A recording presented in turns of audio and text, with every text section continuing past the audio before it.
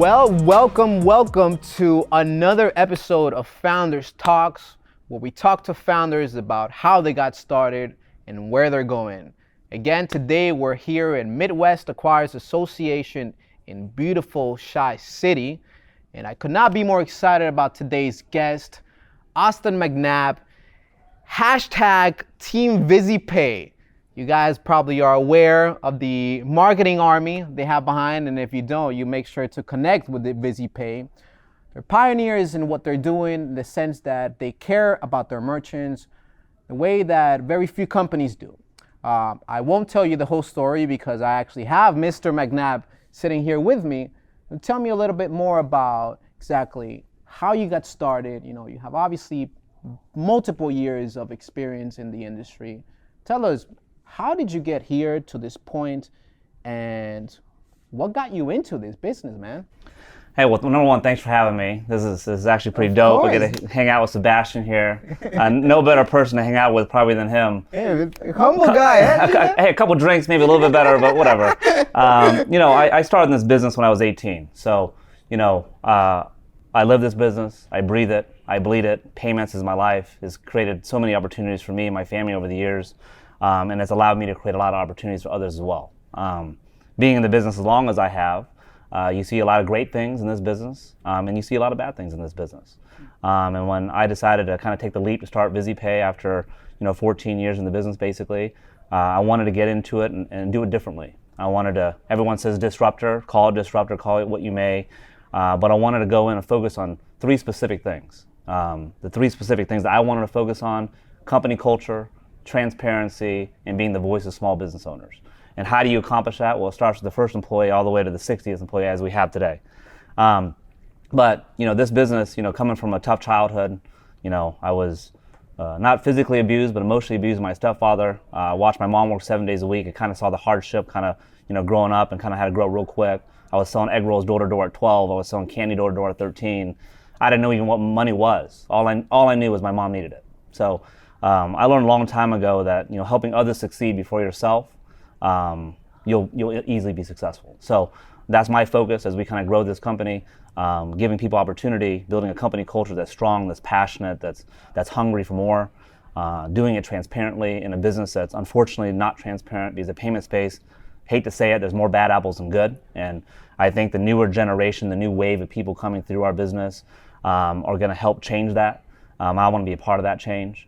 And then, being the voice of small business owners. I don't focus downtown Chicago. I don't focus San Francisco. I focus on small, mid-sized businesses in small towns across the United States where technology today is passing them by, providing them options, and doing it in a way that, being their voice, if you would, to shop small and look local first and focus on them, And everyone from our company, from a janitor mindset to the CEO mindset, we all know our why. And our why is the three things I just mentioned. So. Yeah, no, you made a lot of great points, and I'd love to, honestly, touch a little bit more, if you don't mind, about, selling egg rolls door to door. Well, I didn't do that, but it touches home very, very dearly because, again, my mother, Colombian, leaving every day at 6 a.m., coming home at 6 p.m., and I only saw her in between, maybe in the weekends and so forth, but I had to do whatever it took to also help out.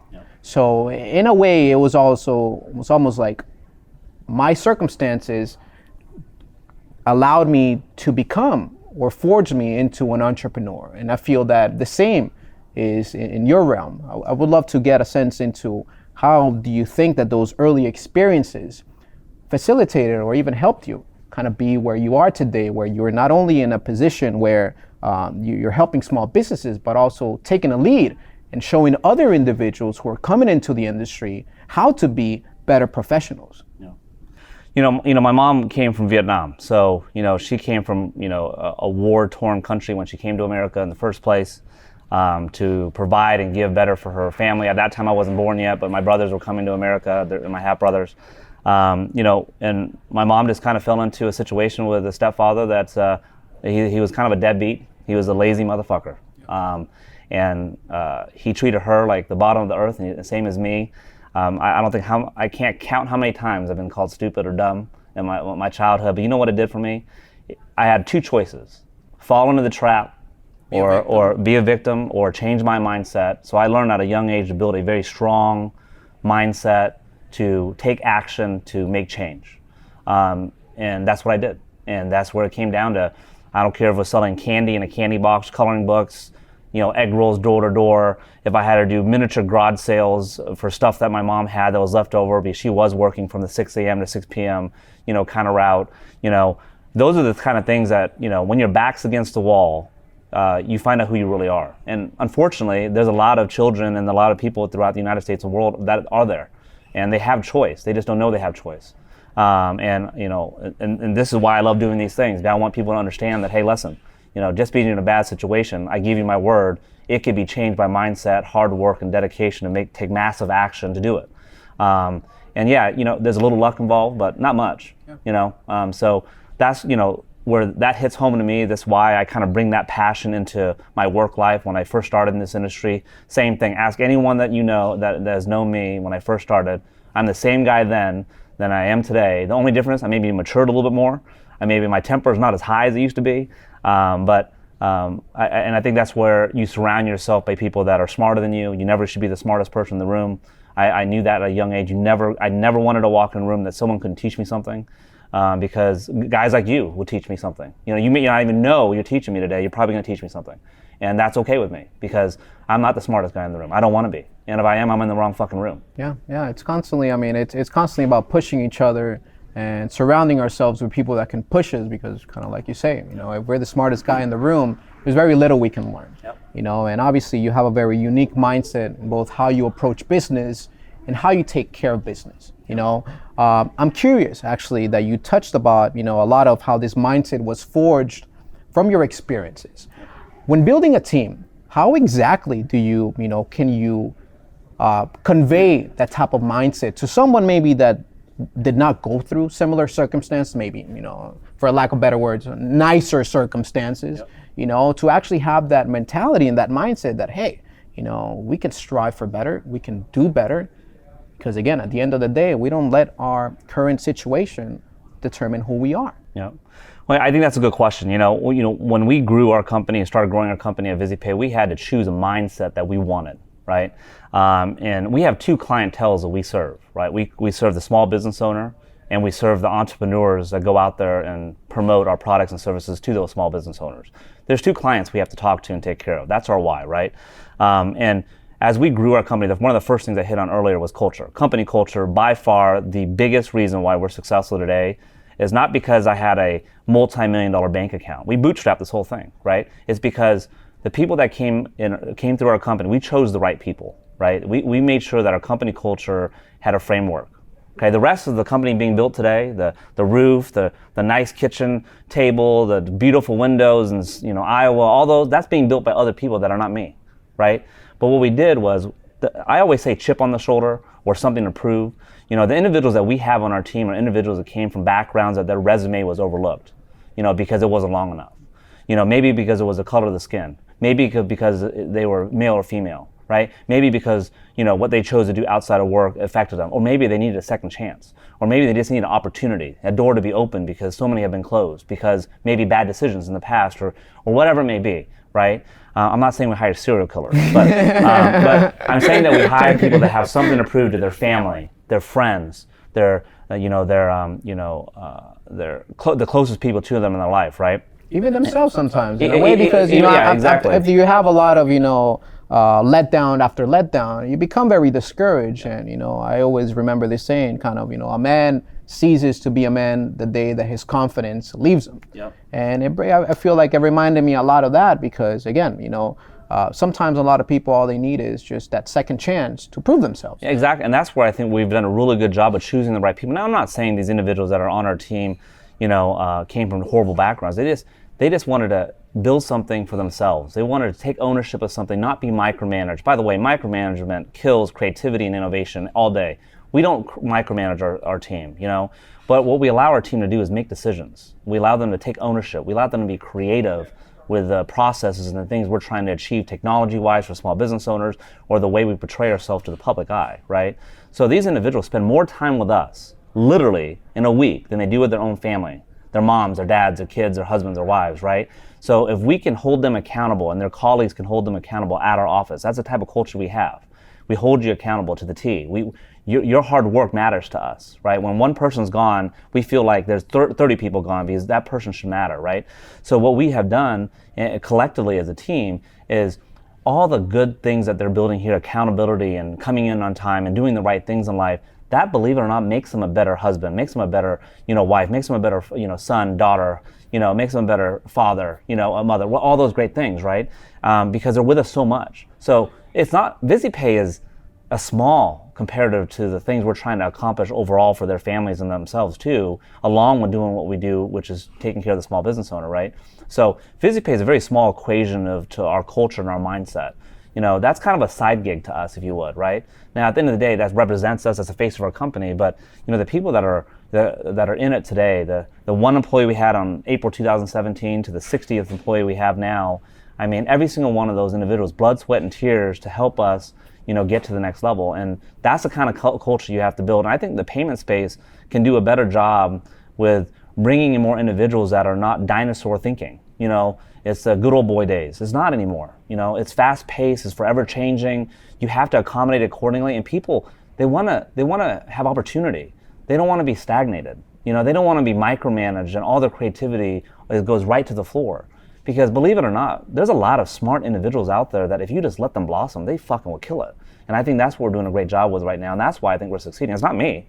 My IQ is street smarts, okay? I'm not, my IQ is not, college smarts, right? I'm street smarts, I got that covered. I think you're undervaluing the power of street smarts, my friend. And on that note, honestly, one of the things that you really touched on was you guys try to not to micromanage your team members. And I personally agree with that. It's all about, letting people do what they do best and trying to get as out of their way as possible.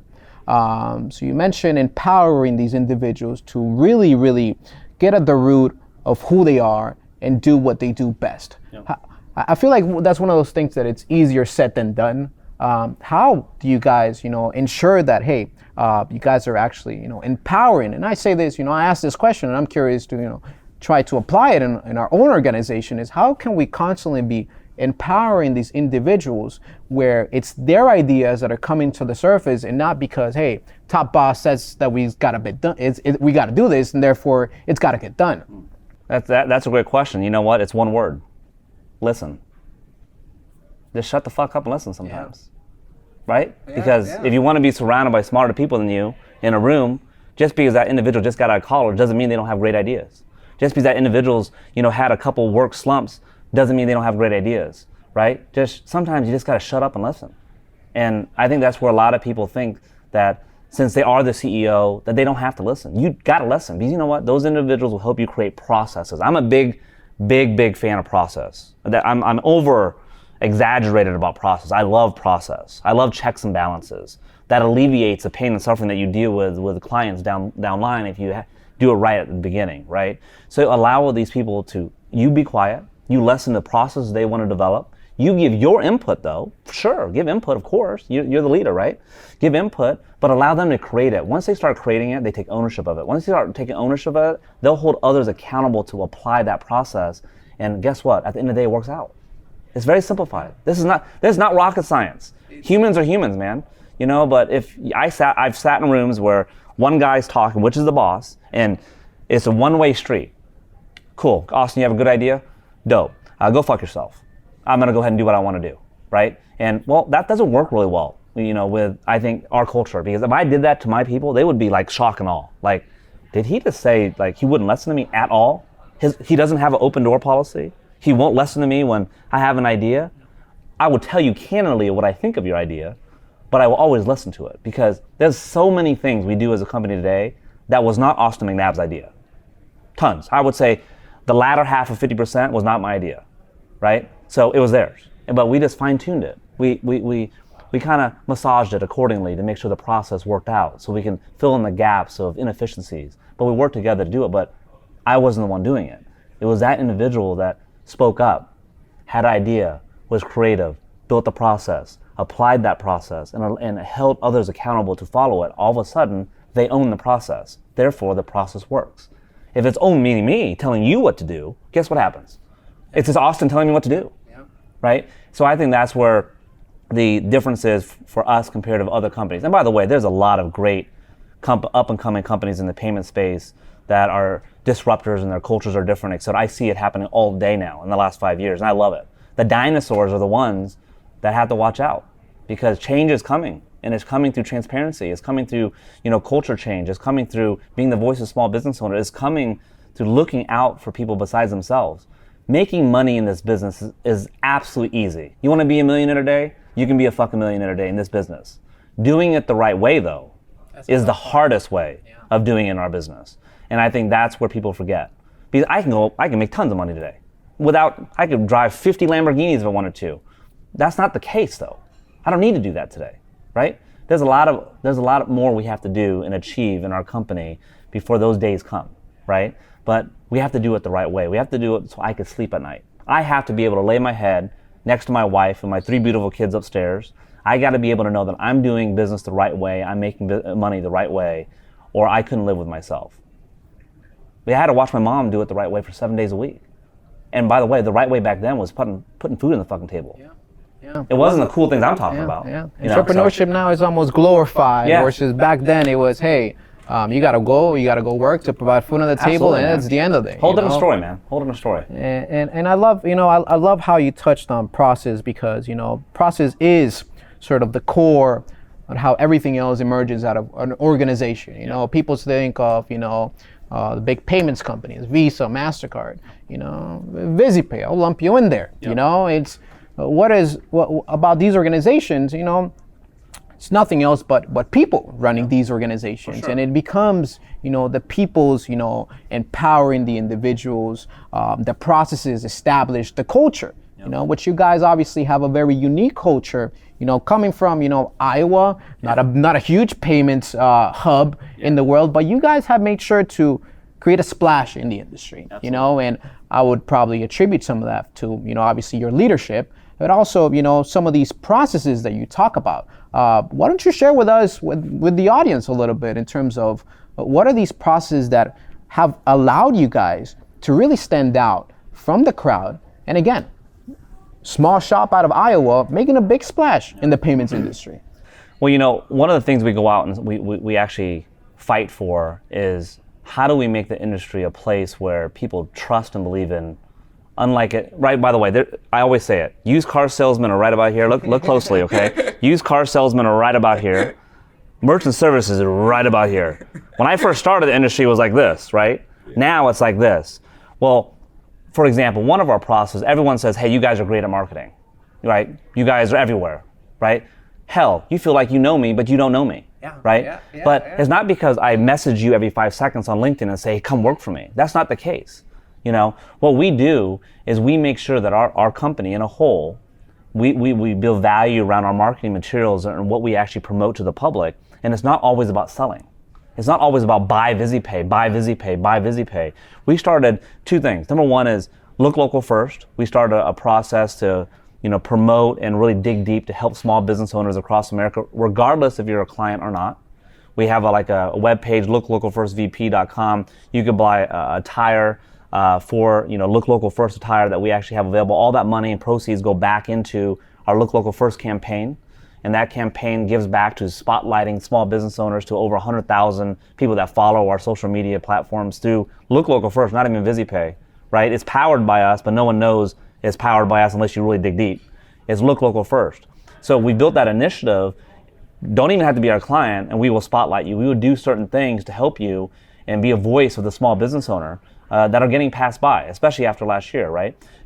We started this before last year, but it became a big hit last year because of everything that happened throughout the United States and world for that matter, right? And then utilizing the tools that we all have that we can use without spending a dime. I don't spend one dime for LinkedIn. I don't need to for LinkedIn and social media. I don't spend a dime for that. I don't need to. Because the people are the people running it, and they have processes to engage with the audiences that want to know more about us, and we want to know more about them. Who's the quietest on social media? It's the dinosaurs. They're very, very quiet. Hush, hush. Don't look behind my curtain. I don't want you to know. I want to keep everything under my wraps, everything as secretly as possible. What you see on the front end is what you see on the back end. There's no hidden agenda. We're here for the small business owner. We're here for the entrepreneurs that are giving us an opportunity to sell our products and services and actually build financial freedom for themselves. And that's what we do. Our goal right now is to bring in non-payment veterans. So we have a whole, talent acquisition staff that's dedicated to bringing in the 8th grade teacher, to bringing in the guy that's from construction, or the woman that comes, maybe she was a lawyer and decided to try something different. She wanted to be an entrepreneur. She didn't want to have a boss, or he didn't want to have a boss, whatever it may be. We're bringing the next phase of talent into the payments space and educating them thoroughly at A to Z on what it's all about. So when they go out there, they're not over-offering to clients. They're offering what they need, not what they think they need in 10 years when they're in the middle of Deer River, Iowa.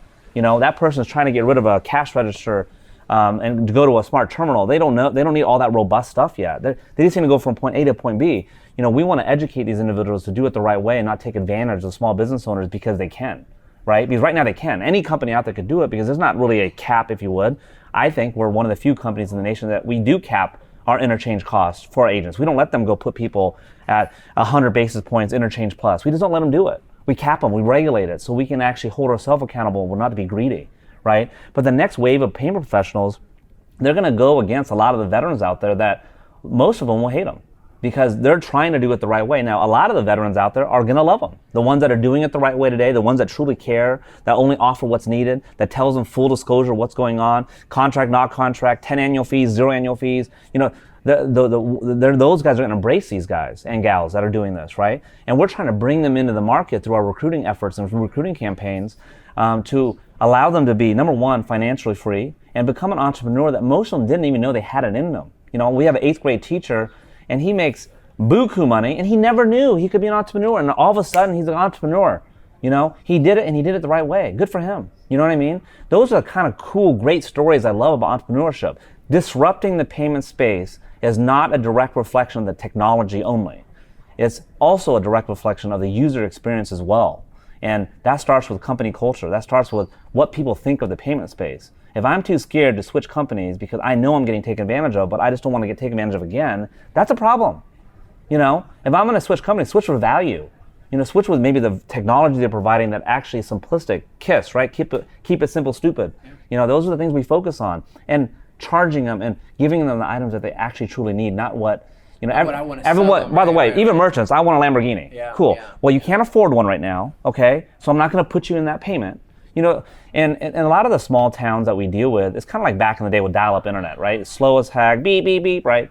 The dial-up days. Remember the big cities got the fast internet right away, but all the small cities got passed by because they were smaller, right? So they still have dial-ups. Hell, some small cities still have dial-up, Well, guess what? We're focused more on them. We don't want technology in the payment space, as that's kind of increasing, obviously, over the last decade plus. We don't want them to be passed by. And we want them to have simplistic products and services to run their business, but in the next stage in the technology phase, in their towns, right? And doing it in a way that doesn't take advantage of them. And that's through transparency. That was the second thing we talked about earlier. So I agree, and especially, in the payments industry being, I think I talked about this before, being very obscure and you not being aware of what's going on unless you're in payments, I think you make a great point in terms of, the next wave of professionals in the industry will take transparency as almost a priority. Yes. When doing business, and again, kudos to you for, bringing and grooming the next generation of payments professionals. I wonder how, COVID coming along, a lot of people realizing that, hey, I am not this one-dimensional person. I am actually can do my job, can do 3 other things on the side, and bring more, whether it's more money on the table, more food on the table, whatever it may be. How has COVID allowed you to really, really hone into this practice and focus on bringing not just payments professionals into your team, but outsiders that are literally being taught how to run payments by obviously an industry veteran like yourself? Well, that's a great thing. I remember when it happened in March, April last year. I felt like I got kicked to where. It was like, holy, what is going on? I don't know what's going on. We bootstrap the company, right? So cash flow matters at any avenue for us, right? So honestly, it was a little nerve-wracking, but I looked at my partner that day and I was like, I know what we got to do. We got to double down recruiting. There's about to be a lot of unemployed, laid off people in America. and that thing skyrocketed like a SOB, right? 10 million or so at the peak, or at the peak, right? So what we did is we actually we opened up more avenues to market to people that are either got laid off or unemployed, or they don't know when their job's going to let them come back in again and they can't work at all. And it's more of a temporary thing, whatever it may be. I think we're going to see the next wave of true entrepreneurs that never knew they had it in them because of 2020, and taking that positive and actually allowing those individuals to have an opportunity in a payment space where it's very, very fruitful if you do it the right way. We literally moved customer service and tech reps to our recruiting department because we got overwhelmed on the recruiting side, and we brought in a lot of payment professionals that are rookies into our business, trained them, educated them, prepared them to go out there and actually do our business in a transparent way and provide value to their clients that they're going to need when time comes that the doors start opening again, which now we have seen a lot of that happen now. We're obviously sitting here in July, talking about it, right? So it's been a while.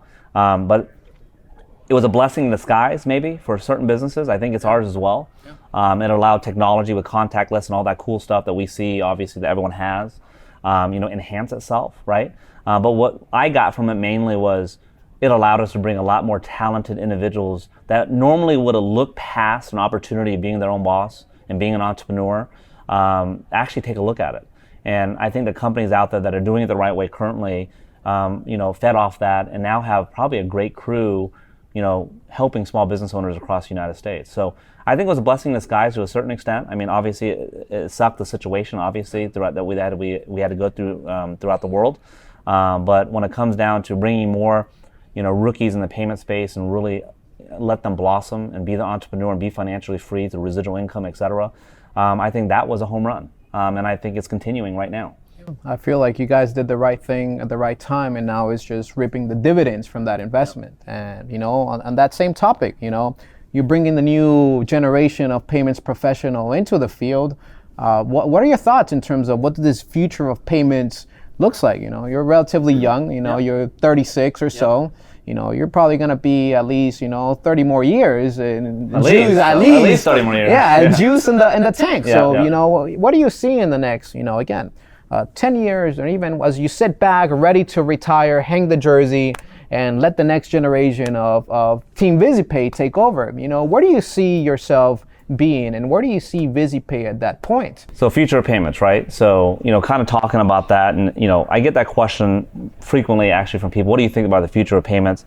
We're putting, individuals on the moon now, or not moon, but flying in space now, right? We're seeing that happen right now. So you can only imagine the technology in the payment space. We have literally a smart computer in our back pocket, our smartphones, right? I think a lot of things will change in our business over the years when it comes down to, biometric payments and all that great stuff that's happening out there right now. But the biggest thing for me personally to make my, niche, if you would, of thought leadership in the payment space over the years to come is I just always want to make sure I remind myself to not let the small business owner that are in smaller towns get passed by technology. We had a panel last SEAA, and they talked about crypto. And I guarantee you the guy that's sitting in Atlantic, Iowa doesn't really understand to accept that at his business today. He barely has gotten from the cash register with cash in it to its terminal. My hope is I can bring enough thought leadership that we don't forget those individuals, that we give them the opportunity to take that technology and be a part of, bigger towns across America like Chicago and San Francisco and New York and all those places.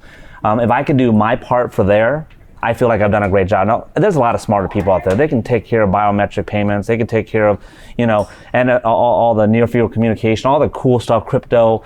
Hey, that's their world, and I'm okay with that. I want to be a part of it, but I just want to make sure that we're not leaving people behind. If you watch that Mel Gibson movie, he was in Vietnam.